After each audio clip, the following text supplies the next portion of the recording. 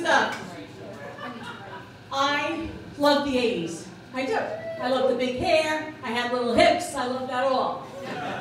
I was in high school in the 80s. Hard to believe, but 40 years coming this September, I started high school. Isn't that hard to believe? Yeah.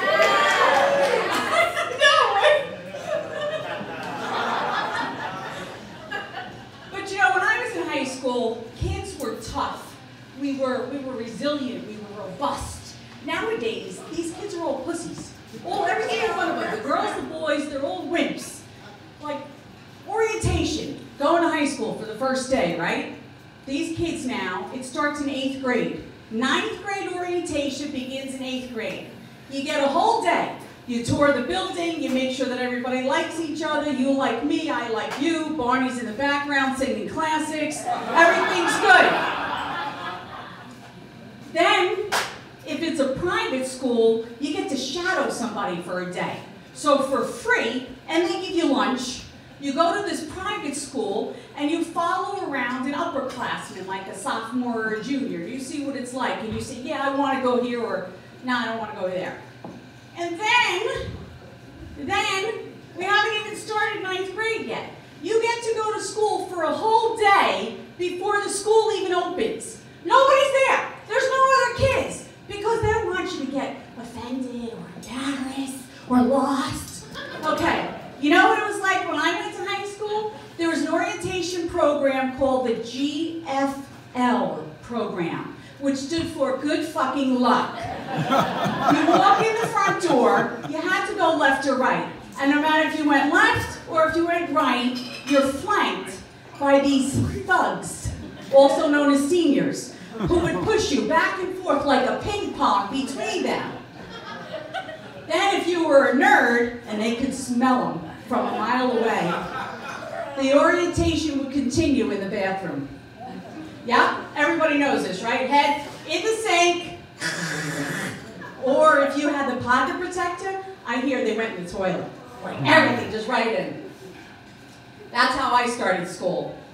And also, when I went to school, we didn't have all these fundraisers and these donations. I feel like every day my kids are like, I need $10 for the blah.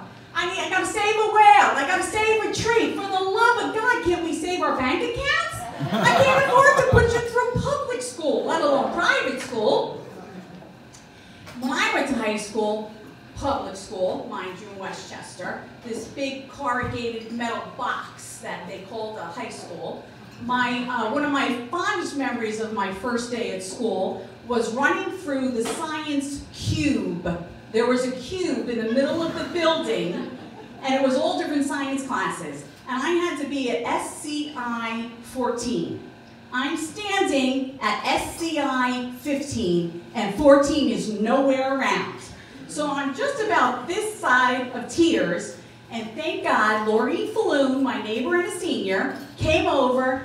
What's the matter? It's like to have my SCI 15. Well, that's all the way at the other end of the building. Why don't they put it near 15? I don't get it. I still don't get it. I don't know who numbered that. But my school was so high level that when it rained, we had no garbage pails in the cafeteria. Nope. They were all in the hallways, catching all the rainwater, because we had holes in the roof. And no money to fix it, because we didn't do any of that charity work back in Westchester in those days. When I was a kid, you go into a parking lot of a high school and you see a lot of beat up old cars. And that's not just the faculty, that's the student lot as well. Now I challenge you, go into any high school parking lot and you will see a new Audi, a new Beamer, a new Mercedes. My first car, 15 years old, cost $700 US cash, which I paid for by myself, got great gas mileage, put it in neutral, push it down the hill, and had a hairbrush in the glove box in case the car wouldn't start, and I had to brush out the battery cables. That's how I grew up. That was the way to go. Yeah. Thank you. And I don't know what's in the water, but these kids' bodies, these little bodies, you gotta see the boobs on these girls. When I was in 9th grade, I was like that big. They're like, woof. And some of these 8th graders got knockers could knock you out. I mean, you guys can't look because that would be perverted, but I can look because I'm the mom. Even the boys. If they don't have a mustache by 5th grade, it's almost embarrassing. They're going to the 5th grade play and they don't have a mustache. It's like, oh my God, I can't go, draw it in. Their bodies are so different than we were. Matter of fact, speaking about that 5th grade play, 40 years ago when I was in high school, okay, we'll call it a high school play. We used to call it the Christmas play. Now it's called the Holiday Extravaganza. Let me ask you something. We got Rudolph, we got Santa, we got a bunch of elves. So we think of Christmas, we think of Ramadan. I'm thinking Christmas. So I learned in my years of, thank you for that applause. I learned in my years of being a teenager that the way to get away with things, like let's say, I don't know, smoke a pot, was to be a good student, to play sports, and to not be a jerk. Like if you're not a jerk to your parents or teachers, if you get caught doing something, you kind of get a pass. Nowadays, every single thing has a video recording. Kids can't so much as play ring and run at the neighbor's house without there being police intervention, right? And back in my day, I would rather have there be police intervention than somebody bringing me home to my mother. Give me cuffs in the back seat of a cop car any day. Please don't make me face my mother. But what do we have to do now? We're trained as parents to be pussies, right? We're all pussy parents. Well, I know, Bobby, I know that you smoke pot and you stab 7 people, but I want to talk to you about how you feel, like, what do you think got us to this point? And do you think that you can write a note to the victims' families, just apologizing and letting them know that we did not have organic whole milk that day? And I understand this is all my fault.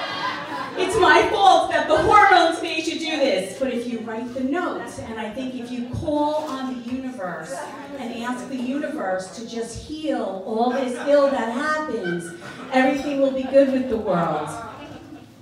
Flashback to when I grew up. No, that's not how it goes down. Get him fucking arrested, put him in the chair, do what you gotta do, because it was hard, tough love, right? That's how we all grew up. And no seatbelts, and we're still here to show. Salute. Thank you. Thank you. So I'm going to tell you one other thing about when the high school that I went to.